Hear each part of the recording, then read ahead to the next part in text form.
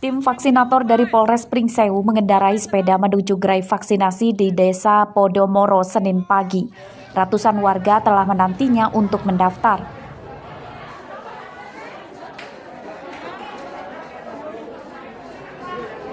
Vaksinasi dibantu Dinas Kesehatan dan Tentara.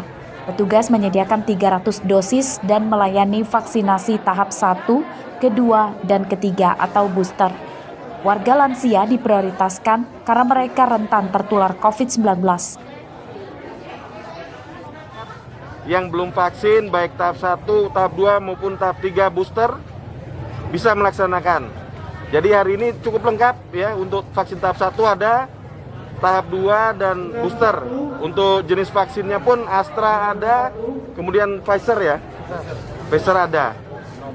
Sinovac juga ada. Jadi cukup lengkap. Masyarakat yang sudah divaksin tahap 1, sudah jadwalnya bisa tahap 2, yang sudah lewat 6 bulan tahap 2 bisa melaksanakan booster.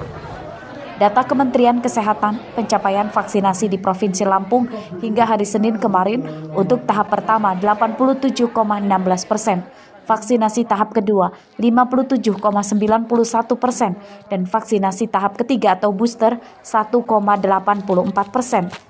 Target vaksinasi di Lampung 6,6 juta orang. Stok vaksin di Lampung masih melimpah hampir 2 juta dosis. Andri Kurniawan melaporkan dari Pringsewu.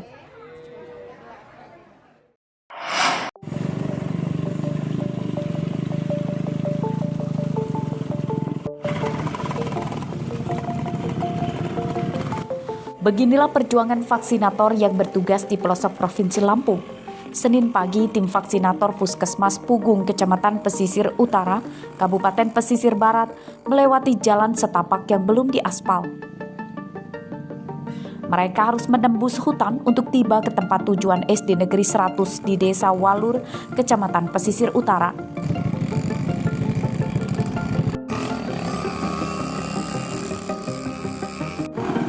Perjalanan ke lokasi hanya bisa ditempuh dengan mengendarai motor trail. Mobil tak bisa lewat karena masih banyak jalan tanah merah yang licin dan sempit.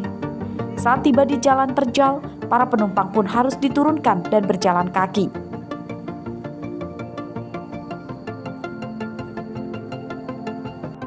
Perjuangan hebat tim vaksinator terbayarkan oleh senyuman pelajar SD yang telah menantinya. Mereka antusias divaksin.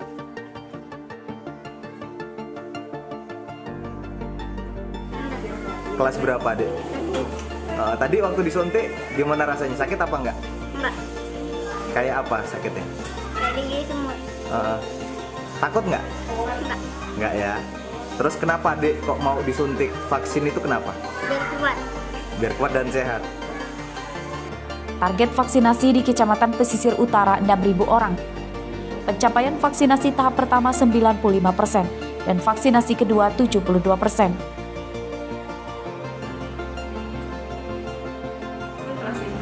Rutin lakukan di kedukuhan. Terkait vaksinasi sendiri, kita sudah lakukan vaksinasi dosis 1, vaksinasi dosis 2, dan booster. Untuk vaksinasi dosis 1 itu sudah 95% ya, 95% lebih. Kemudian vaksinasi dosis 2 itu tapi baru 72%. Kemudian booster itu untuk nakes sudah 36 nakes yang divaksin. Vaksinasi warga dan pelajar Desa Walur mengandalkan petugas. Kediaman mereka jauh dari fasilitas kesehatan puskesmas dan rumah sakit. Terlebih saat musim hujan, Desa Walur terisolasi karena jalan tak bisa dilewati kendaraan.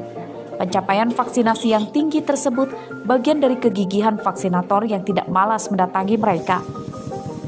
Rosandi melaporkan dari Pesisir Barat.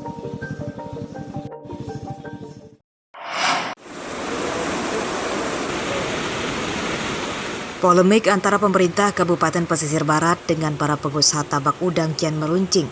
Pasalnya, pengusaha tambak tetap beroperasi tanpa mengantongi izin dan membangun instalasi pengolah limbah atau IPAL.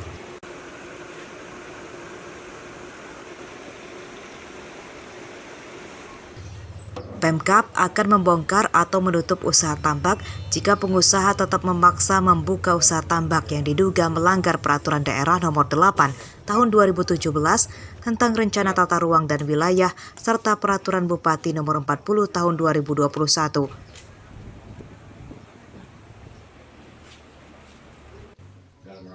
Para pengusaha dianggap melanggar karena menggunakan zonasi wisata di wilayah Kecamatan Gambur hingga Lemong. Pemkab sudah memberikan waktu hingga 3 tahun untuk memindahkan usahanya. Pertama, kami sudah melakukan peringatan tertulis. Kedua, kami sudah menghentikan sementara kegiatan dalam bentuk surat gitu ya, seperti itu ya. Kemudian kami juga sudah melakukan penutupan sementara lokasi, pencabutan izin, pembatalan izin. Ada tahapan selanjutnya yang belum kami lakukan, yaitu pembongkaran. Ini bisa kami lakukan gitu sebetulnya gitu, kalau kami memang mau gitu, atau kami memang harus melakukan ini gitu ke depan. Tapi pengusaha tambak udang di pesisir barat mengaku pemerintah sewenang-wenang karena menyita bibit udang mereka. Meski demikian, Pemkab mengklaim sudah menyiapkan lahan seluas 30 hektar di Kecamatan Bengkunat sebagai lahan pengganti. Pelanggaran kami mencegah perbuatan melawan hukumnya. Sudah ada tindak pidana di sini. Sudah ada tindak pidana pelanggaran perda. Inilah. Sementara bahwa Satpol PP melakukan bahwa pelecehan segala, bahwa Pak Satpol PP melakukan kekerasan, itu tidak ada. Karena semuanya diambil, semuanya ada audiovisualnya. Data Pemkab Pesisir Barat terdapat 88 kolam tambak dari 4 perusahaan di sepanjang jalur zonasi wisata yang masuk dalam rencana pembongkaran dan penutupan. Rosandi melaporkan dari Pesisir Barat.